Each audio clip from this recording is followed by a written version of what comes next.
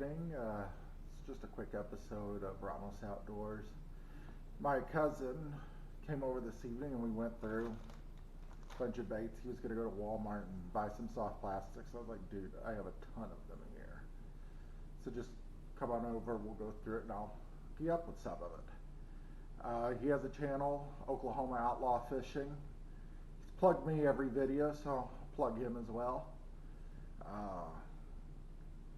He loved a lot of this stuff. He's mostly a cat fisherman, but has been wanting to get into bass fishing more seriously recently. So we decided to go through this stuff, and he's ready to go. So one thing I wanted to kind of cover tonight is I think my channel has lacked a lot of focus. You know, to be successful on YouTube, you truly do need focus, and that's in businesses or any other organization. You know, something called a mission statement as to what you're doing. Mine that I'm going to focus on is I don't have two hands. Well, say 1.5. You know, backstory, I lost my hand when I was 6 years old in a riding lawnmower accident. And it does make things more difficult for me to do. And I'd like to highlight that more in my videos. I mean, you see me fishing, but you didn't see me tying the knots and struggling to do that. And I'm hoping that by highlighting it, somebody out there watching a video go, huh, you know, I'm disabled and he can do it. Maybe I can do it too. I want to inspire others to step outside your comfort zone, especially if you have a disability, whether it be physical, mental. I took up fishing more seriously to wind down from work. I was working a very stressful job at the time.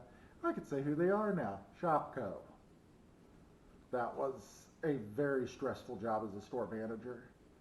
I wanted a little bit of time away, and fishing was the way to do it.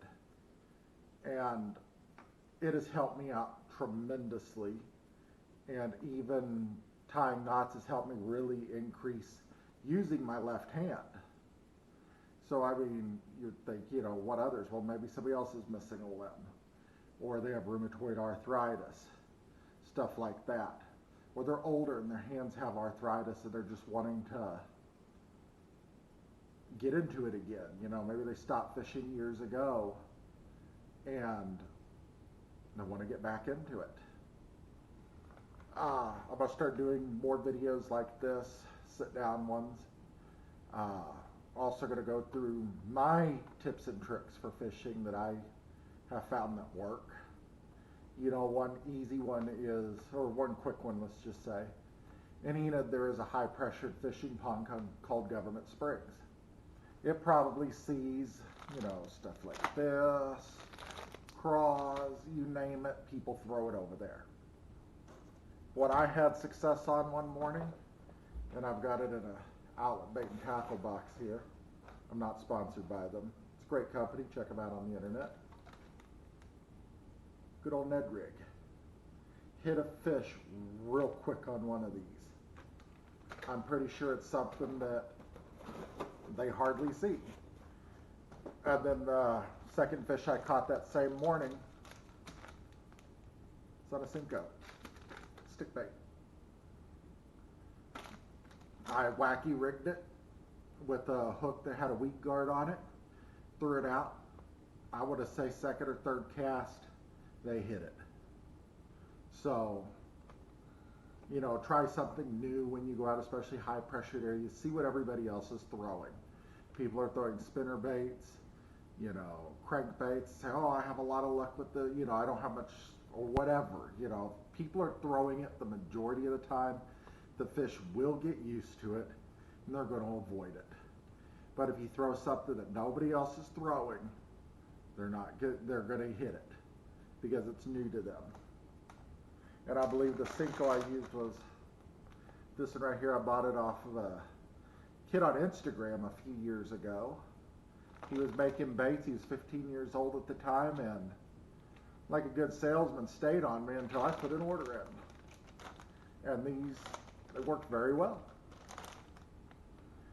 Well, I'd like to thank you for joining me this evening for this quick video.